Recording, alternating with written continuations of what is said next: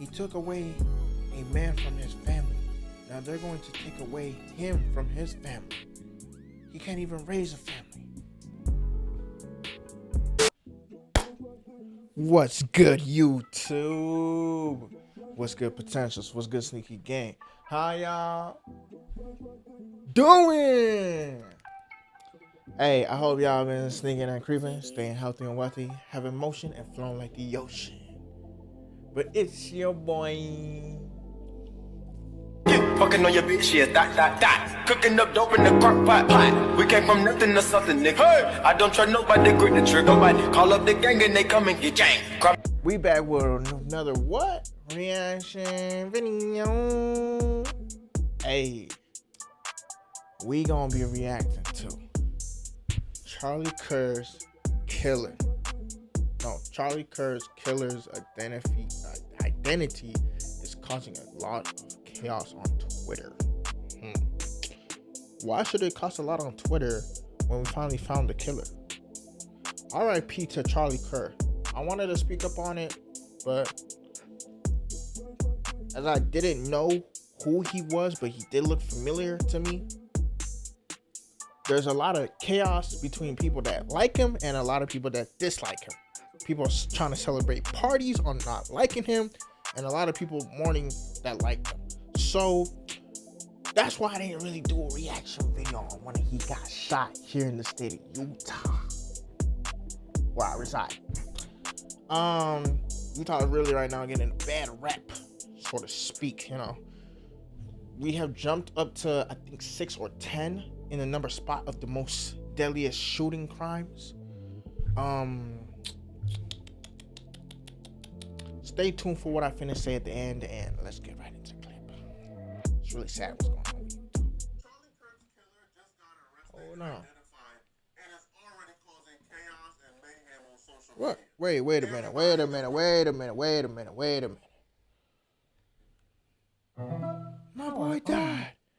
My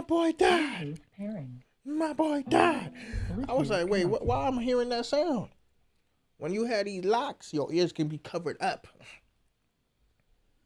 Let's play. Charlie Kirk's killer just got arrested and identified, and is already causing chaos and mayhem on social media. Everybody is rushing to our timelines to do mental gymnastics to push whatever agenda or propaganda they're looking to push. They provided more footage showing how the shooter was able to escape. As you can see him, he's running off the roof. Now, when he gets to the edge of the roof, he then hops off. And when he hops off, I didn't see... I ain't gonna lie. I used to walk around that place to go to classes. I don't do that anymore. Too many people running frantically, especially for an active shooting situation. But once he was able to hop off, he was then able to assimilate because he begins to walk normally once. The question is, how the hell did he get up there? You know, bro, I'm telling you, I used to walk around that area and I used to look up on the side. There's people in that office. In that office, they should have told him, get down. There's people in that office, they should have told him to get down. Bruh, that part of the building is so big, there's no ladder around that area. I don't know how he got up there. Cars begin to roll by. I guess you don't want to be caught running when cars is driving by, because then they would suspect something suspicious is happening. So he pretty much, starts walking normally, was able to get to the sidewalk and then cross the street where I believe, or where they claim, he then made his way into the woods and was able to disappear. Damn, the camera reached that far? His name is Tyler Robinson, 22 years old, out of Utah. Now, the dude, before he did this JCAT stuff, was actually pretty academically gifted. He got a presidential scholarship to a university. I mean, no dummies is getting presidential scholarships, right? So you got to be somewhat smart, somewhat gifted. Now, from videos of him even announcing he got the scholarship, you could tell the kid is a tad bit autistic or on the spectrum. He's a little off. It's one of those things where you don't really got confirmation or you don't really have like a diagnosis, but you could look at their mannerism and tell he's a little off. What you mean? Congratulations, you have been selected to receive the Resident Presidential Scholarship from Utah State University. The value of this scholarship is approximately $32,000. This scholarship is available for 4 years or 8 semesters. The evolution of Tyler really highlights how important college is. We consider elementary school, middle school, K through 12, high school as formative years, but that 18 to 22 is also formative years as well. And them years in college is formative as hell, especially when it comes to Tyler.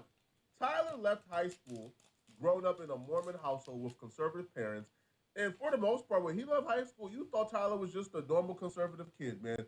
He loved his guns. He was Mormon. He was very conservative. He even donated $200 to a Trump campaign at 18 years old. Not too many 18-year-olds got $200 to give. Now, it is the possibility that his parents could have probably, like donated or given him the money to give at a rally, and now he is listed down as like the contributor.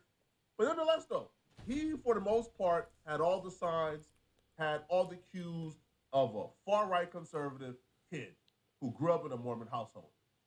4 years of indoctrination at college, Tyler went from a Second Amendment toting hard-right conservative to being at pride rallies with an LGBTQ trans flag on his vest.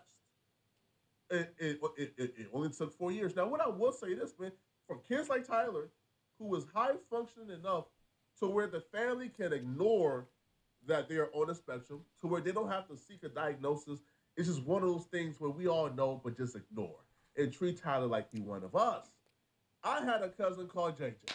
And what I would say is this, man, okay? As a kid, convincing JJ to do something was the easiest thing I think I ever had to do as a kid. It was very easy. I remember being in the house one day, right? It was me and JJ, and we was at his dad's crib, Uncle Joseph's crib, okay? Now, I'm playing on the wall, right? I'm playing footsies on the wall. Now, I'm playing footsies on the wall, and it was like a picture frame that was on the wall. This huge picture frame, it came crashing down and it broke. Now, I knew doing that is going to get my butt whooped. So you know what I did, bruh? I said, oh, JJ, why did you do this? I said, JJ. Oh, man, you evil. JJ. You evil, bruh. You blame him. Oh, you evil, bro. Because you didn't want to get an ass. You evil, bro. You evil. Oh, hell no. You evil. Hey, I ain't gonna lie. You a snitch. Bro, I did the same thing too, bro. But guess what? They said it wasn't him. It was the other dude. You know what they told me? They said, bro, why you lie and say it was someone else? I said, because I didn't want to get whipped. You evil. You playing on the other side of the room, on the PlayStation, minding your business, caused this painting to fall down. And you know what JJ started doing? He started crying. No, I didn't mean to do this. I didn't mean to do this. Oh, my God. And you know who got their butt whooped that day? Not me. JJ got his butt whooped that day. Now, JJ was high functioning. He's somebody where the family just refused to get him diagnosed. He was a little off, but he wasn't off enough to where it was an issue to where he couldn't be a high functioning person. To this day, JJ got a regular job. He lives with himself. You know, he has a girl. He's doing his thing. So clearly, they're susceptible, to being brainwashed and indoctrinated. Now, here's the thing: if I was able to convince JJ that he broke a painting or he broke a picture frame while he was on the other side of the room, what do you think a university is able to convince or indoctrinate JJ of doing at the age of 18 or 22? If I could convince him that he broke this picture frame, even though he was nowhere near it, you think it will be difficult for a college professor to convince JJ that he actually likes sucking meat? I'm just hey, come on, bro. Come on. What do you mean by that? And why would you even hint for that? The scenery play is not someone that's actually sucking meat.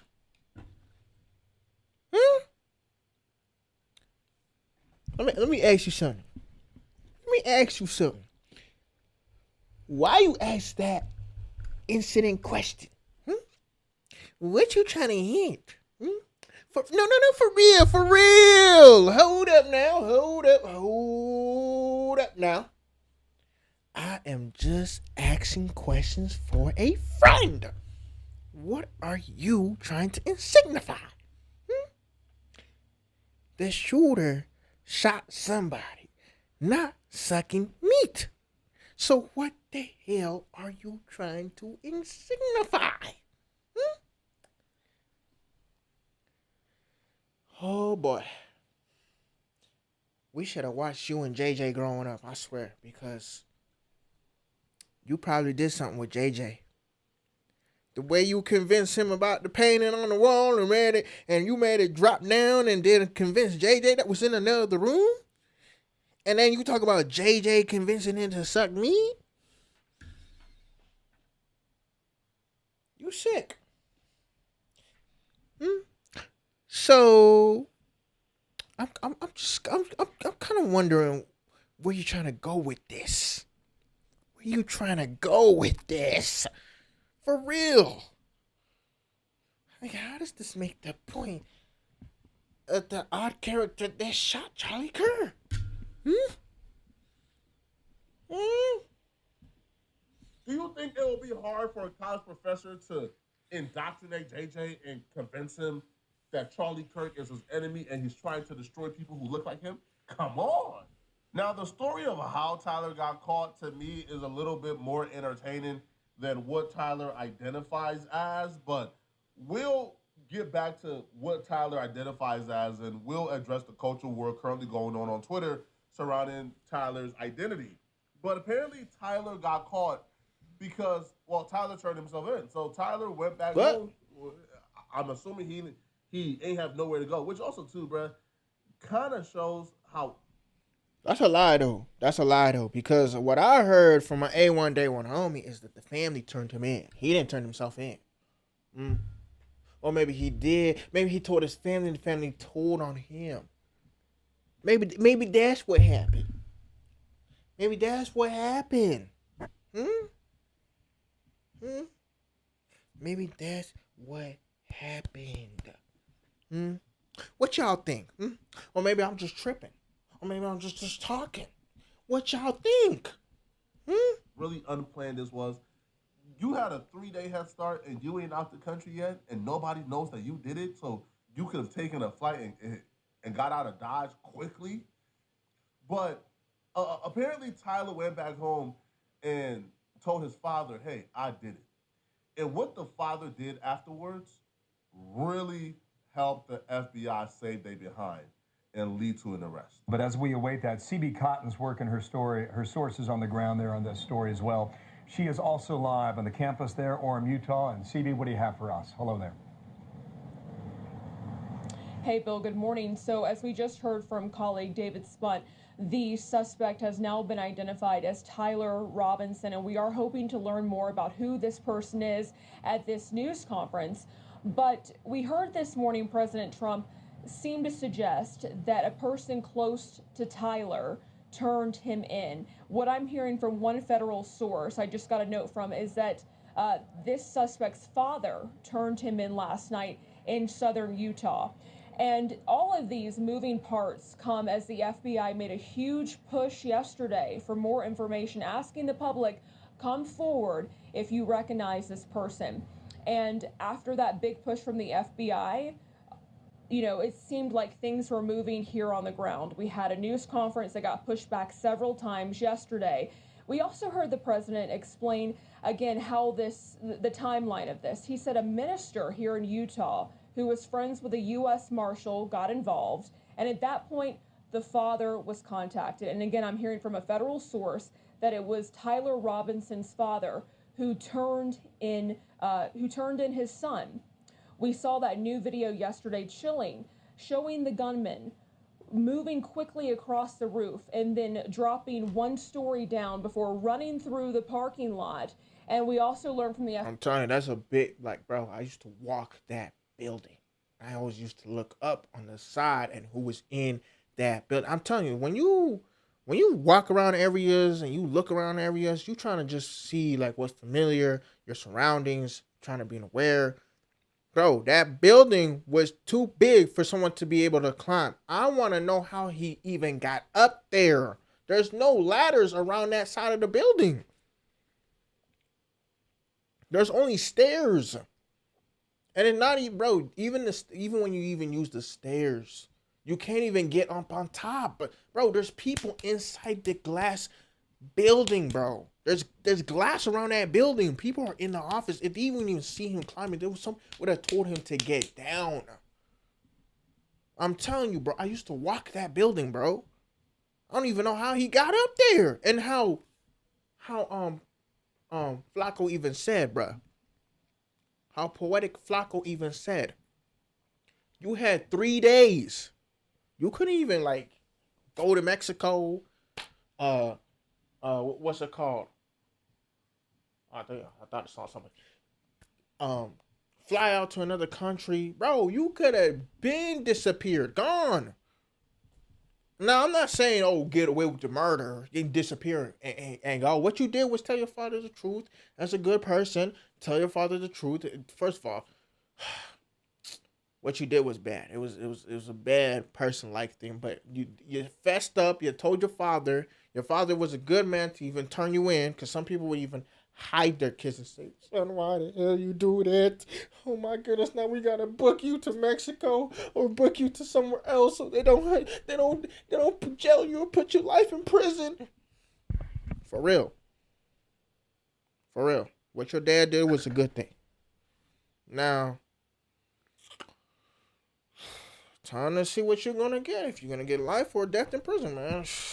That's about it.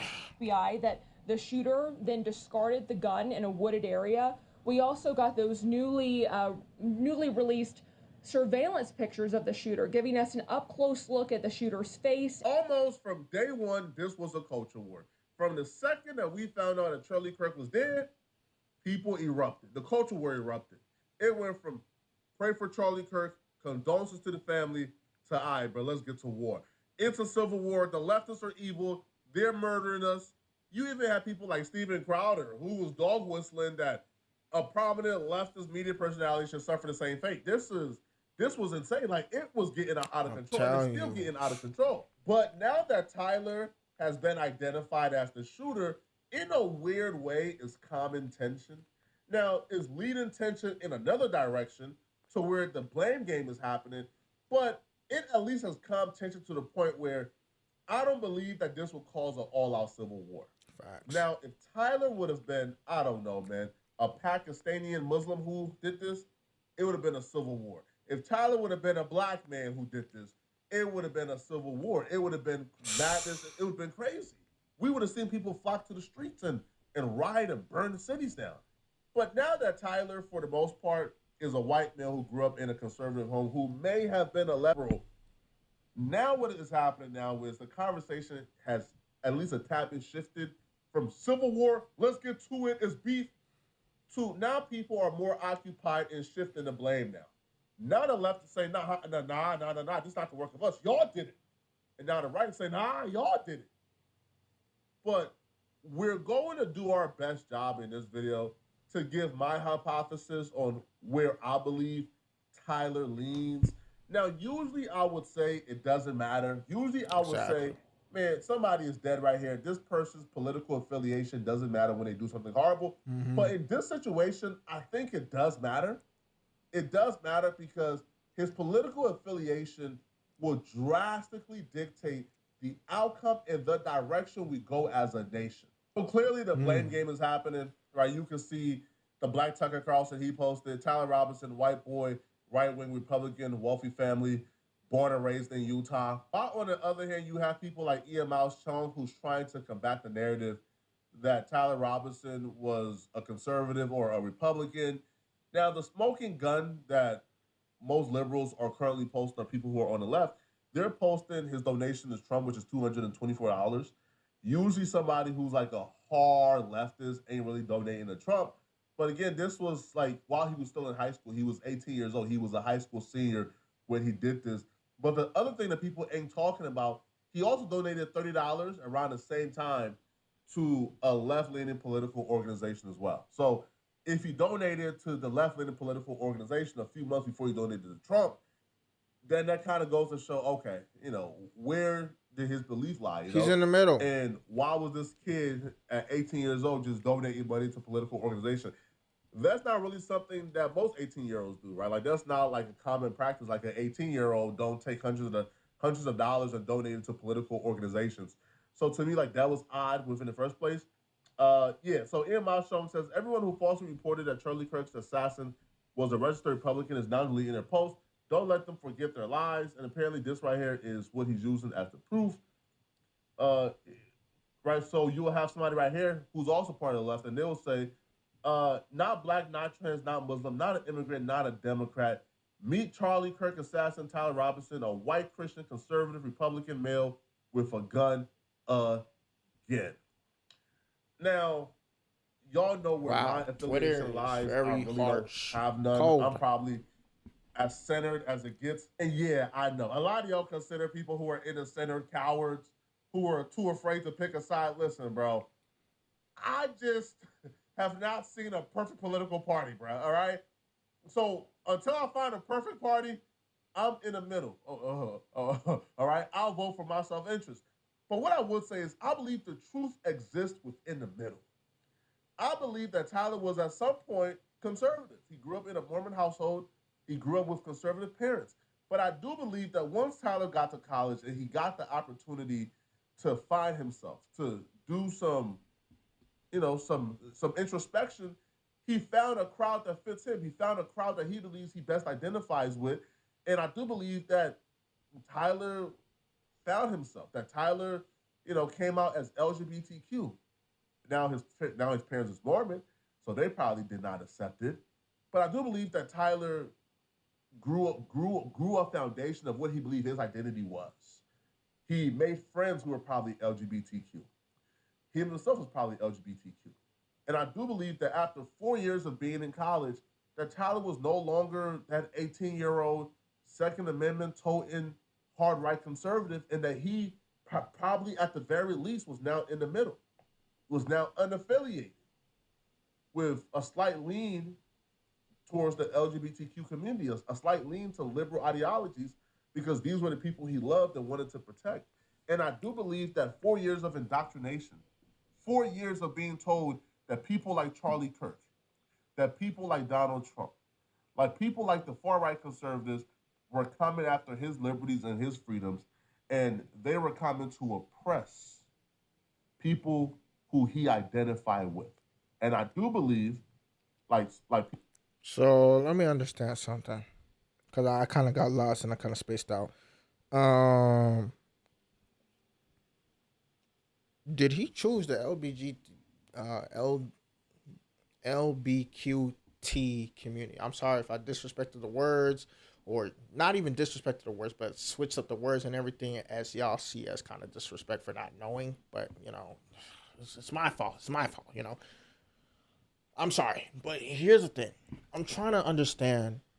Did he join the community and then think or feel like that they were trying to take over the community or try to destroy the community?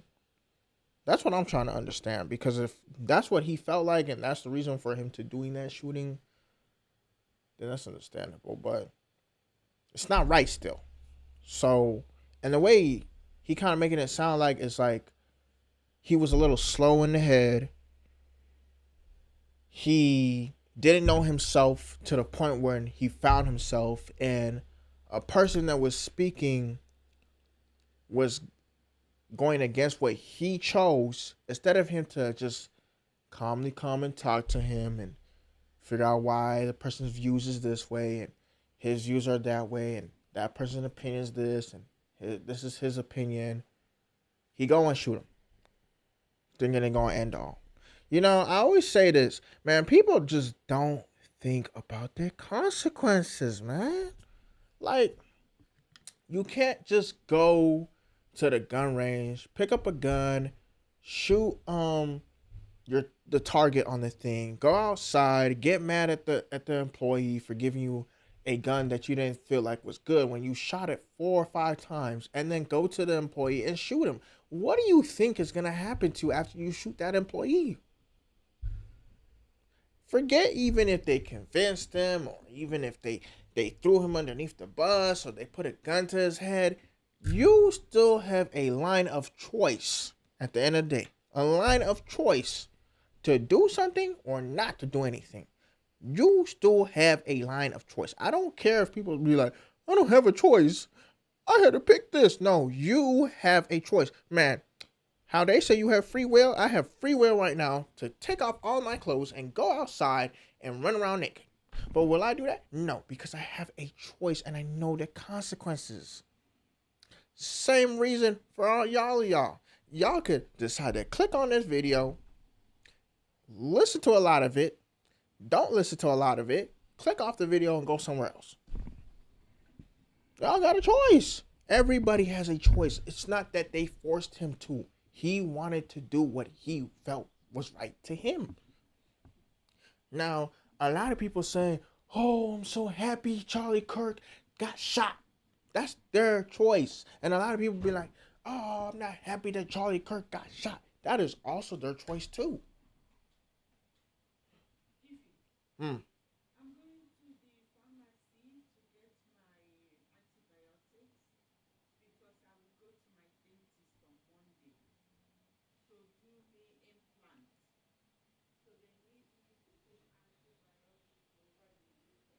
Okay. All right. But yeah, that is his choice. That is their choice. If y'all decide we're going to mourn for him because we care about him and I ain't got nothing else better to do, or I do got something else better to do, but it can wait and I'm going to go mourn for him, that is your choice. Ain't nothing wrong about that. So they saying that he got forced. I don't think so. I don't think so. He did what he wanted to do because he believed that they are talking about something that he loves and that he doesn't agree to their opinion. We're all men at the end of the day, man or woman. Not all men, but man or woman. We can decide to express ourselves. And if that's the wrong thing to do, then shoot. Shoot us like he did. But if not, come talk to us like normal adults. Normal adults. This is chaotic. This is violent. Why are we doing that? Why? People who are on the spectrum, it was very easy to convince him. And once he was convinced, there was no looking back, and he was going to harm somebody one way or another. The only reason why I even address it or think it matters, because for better or for worse, people feel strongly about this. And people are identifying anybody or any group of people who has something to do with this as their enemy, and they're willing to go to war with them. So if you're willing to go to war, I do believe there should be at least some clarification of who you're going to war with. Facts. Now, do I believe that war is the answer? I don't. Do I believe that inner turmoil is the answer? I don't. I do believe that at the end of the day, man, red, white, blue, or green, right? Purple. We are Americans. And we have to rally behind each other. We have to protect each other, right? We have to come together. And if we allow ourselves, man, to be turned against each other in this cultural war, it's not going to end well. It's not. At the end of the day, bruh, regardless of if you are black, white, blue, green, I think we all want the best for America. And I think the culture war and where things is currently headed and why things have gotten so bad is because a lot of us is really passionate about this country and what we believe is the right path for this country. And we love this country with everything in our being, and we believe that our ideology is right to save this country, which is why we fight so hard in ideology to convince others, hey, no, yo, this is the right way. But at the end of the day, man, let's not forget what the true mission is. You fight so hard because you love America. And regardless of what happened, your love for America can never be abandoned. And threatening a civil war or threatening to attack other people isn't good for America at all. But y'all let me know in the comment section, what do you guys think? It's like how I said, man. It's like how I said. We have a choice. Never forget that you have a choice. Because once you forget that, you go into panic mode, you go into chaos mode, you go into violent mode. You go into panic mode. And what panic mode does, it only gives you the option of feeling free. And once that, if you start to feel free in panic mode, you go crazy. You go AWOL. You don't start to listen to the rules of the law of the land. You go AWOL. You just don't do whatever you want to do. And I'm sorry to say, you get shot, there's no reviving like GTA 5 or GTA games, Call of Duty, Roblox, Fortnite. What other killing games is out there? Red Dead Redemption. Any killing game that's out there on the market that revives you instantly. That's not how this life works. You get shot, you go to the hospital, hopefully you don't die. You die, we'll see you in the next lifetime. That's how this game works. And in the process of this game, you do what you need to do to keep living and keep moving.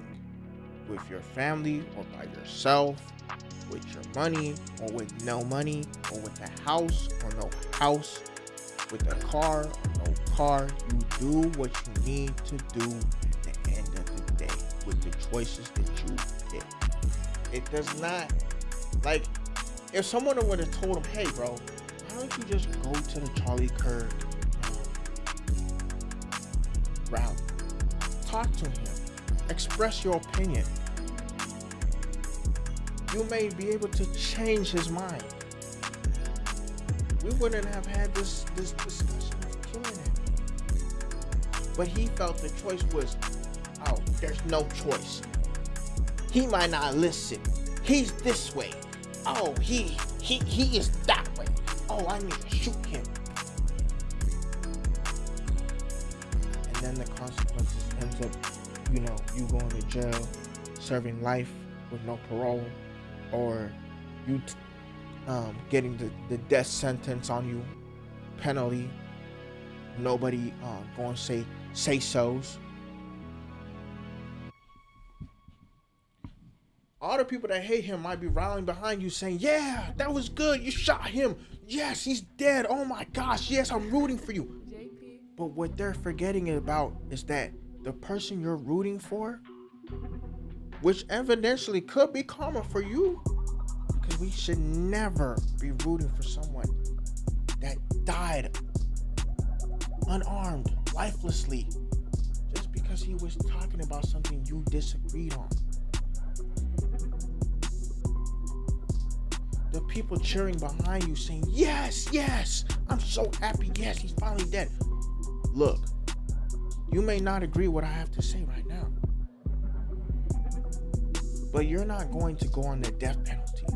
You're not going to spend life in prison with no parole. The dude that did it is going to have to sit there. He's going to have to take whatever pain comes to him.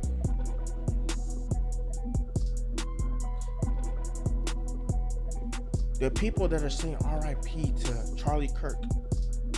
I know I can't say Charlie Kirk. I know a lot of people. It's Kirk, not Kirk. It's Kirk. My bad. Sorry, I said it right now. Okay. The people that are mourning and saying R.I.P. That is their choice. That is the right thing to do. We should never be praising someone that died. Never. Because as we live on today life, night, day, we too don't even know when our time will come. Charlie Kirk and his family didn't know that was gonna be the last time they would see him. He got 3 kids. Y'all rooting for a man that got shot that got 3 kids. 3 kids. They're not even teenagers. They haven't even hit middle school. And you guys are rooting for that man that he got shot and he's finally gone.